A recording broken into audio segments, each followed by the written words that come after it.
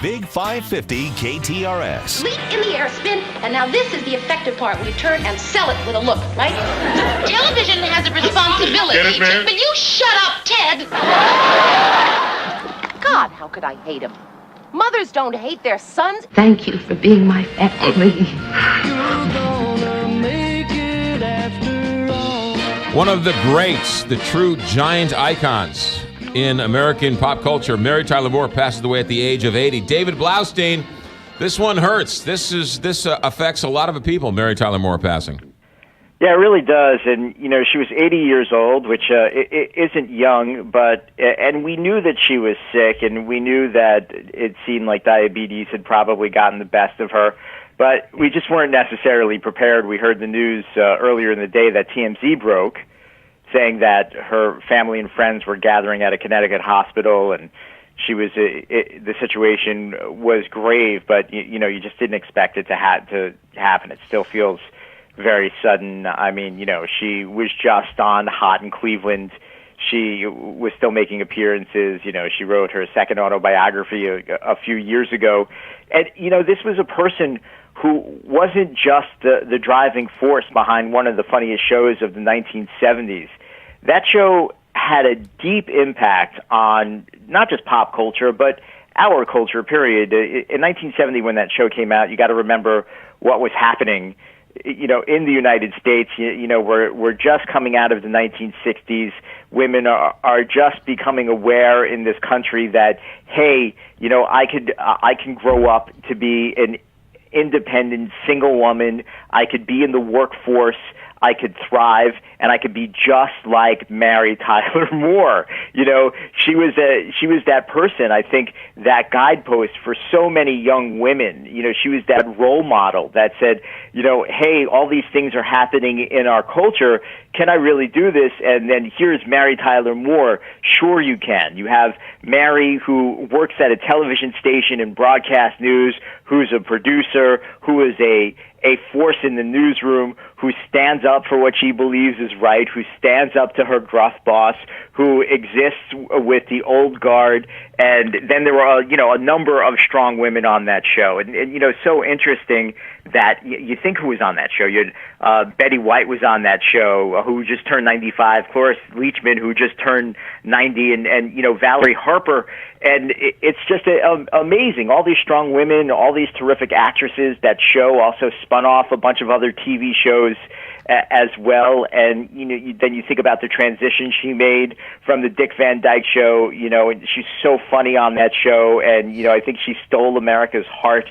And also, again, was a very strong partner for Dick Van Dyke, who was, of course, amazing. And then makes that transition to the other character, you know, a decade later, and that is the mark of a terrific actress. Great comedian, terrific actress, so influential, and it certainly is a sad day. So many leading ladies today are carrying hour-long dramas, sitcoms, but none of them existed without Mary Tyler Moore, because she was, from what my own, right? She was the first woman to truly carry a show and to make it a giant hit on network television.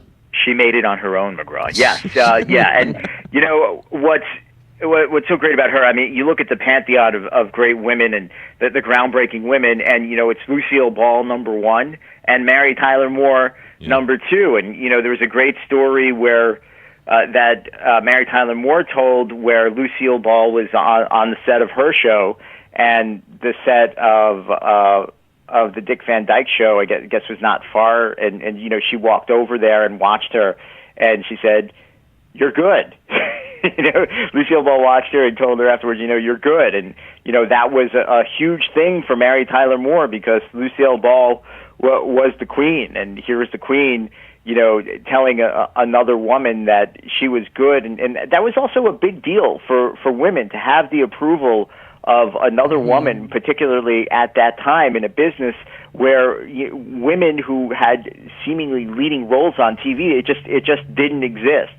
So that's a really nice story that's part of her narrative. And she did well also after Mary Tyler Moore. You know, she got the Oscar nod for Ordinary People, which was such a dramatic role, and she was wonderful in that.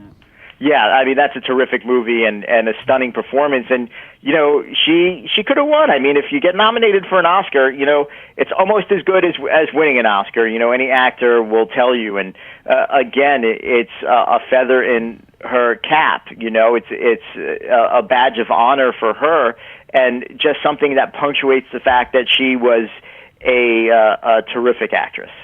David Blumstein, ABC News correspondent from New York City. And Friday, when we have you in your normal segment, we're going to talk about the dreadful production and show that they used to announce the nominations for the Oscars. That was rough.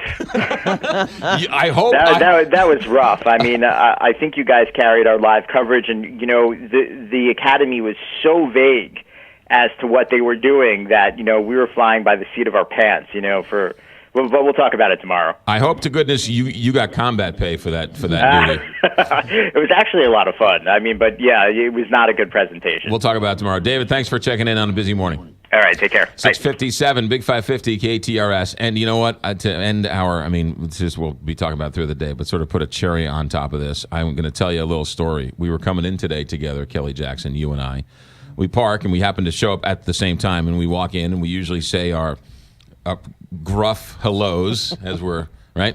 And you were like, I'm beside myself because Mary Tyler Moore died today. Mm-hmm. And being a woman, being a newscaster of that age, mm-hmm. right? Yes, it's really affected you. So it really has. Yeah, no, it's a sad day. 6:57, Big 550 KTRS.